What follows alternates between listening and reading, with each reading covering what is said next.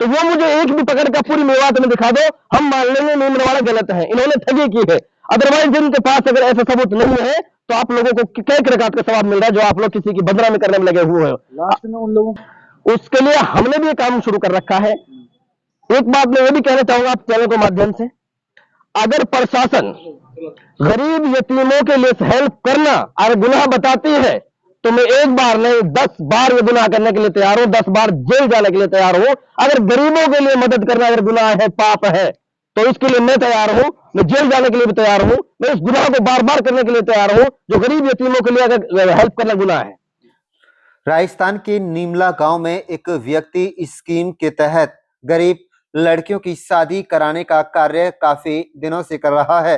गरीब लोगों से कुछ पैसे जमा कराते हैं और उनकी बेटी की शादी में दहेज का जरूरी सामान दिलाने का काम किया जा रहा है। जो पिछले काफी दिनों से यह कार्य अच्छी तरीके से चल रहा था, लेकिन गरीबों को इससे काफी बहुत फायदा मिल रहा था। वहीं कुछ लोगों ने ये नेक काम हजम नहीं हुआ और उनकी फ्रॉड होने की शिकायत पुलिस को कर दी, जिस पर पुलिस ने रेड कर स्कीम के तहत शादी कराने वाले 3 एजेंटों को गिरफ्तार कर लिया। उसके बाद सोशल मीडिया व अखबारों में तरह तरह की खबरें प्रकाशित हुई, जिससे नूंह जिले में स्कीम के तहत गरीब लड़कियों की शादी कराने वाला अलाफिया सोशल एक्टिविटीज फाउंडेशन के सदस्य भड़क गए और कुछ सोशल मीडिया पर चल रही अफवाहों पर जमकर भड़ास निकाली। अलाफिया सोशल एक्टिविटीज फाउंडेशन के सदस्य मोहम्मद नाचिर ने कहा है कि नीमला गांव में जो स्कीम के तहत शादियां कराई जा रही थी वह 100% गरीबों की भलाई के लिए थी और कोई उसमें फ्रॉड नहीं था। जिन लोगों को यह तरक्की हजम नहीं हो रही थी, जिन लोगों की गरीब लड़कियों की शादी हो रही थी, वह नेक काम किया जा रहा था, बल्कि कोई गलत काम नहीं हो रहा था, उन्हें उनकी झूठी शिकायत की गई। उन्होंने कहा है कि कुछ लोगों ने पैसों के लालच में ये झूठी खबरें प्रकाशित की हैं और फ्रॉड के नाम पर उन्हें बदनाम किया जा रहा है। मोदी साहब, जो नीमला में जो काम चल रहा है, गरीब यतीमों के लिए सहारा दिया जा रहा है, गरीब बच्चों की शादी कराई जा रही, तो इसमें पुलिस प्रशासन ने दबिश दी है।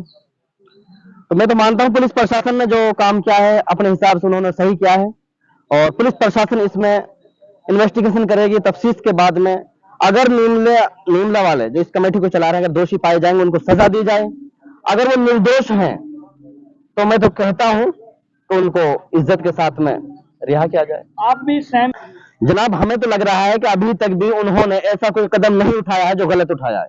जो भी उन्होंने काम किया है कई हद तक ठीक किए हैं और लगभग काफी उन्होंने शादी करा दी है गरीब बच्चों की। और ऐसी वो गरीब बच्चियां थी जो काफी सालों से अपने घर के कोने में बैठकर सिसकियां ले लेकर रो रही थी। वजह यह थी कि उनके माता पिता के पास इतना कोई जरिया माश नहीं था कि वो अपना माता पिता को इस हालत में देख सके, वो हमें वक्त से शादी करके निकाल सके। लेकिन उनको जब नीमला वालों ने उनकी हेल्प की, उनके लिए शादी का सामान दिलाया, उनके लिए सारा सामान दिलाकर उनका जरिया बन गया कि उनकी शादी बच्ची की हो गई।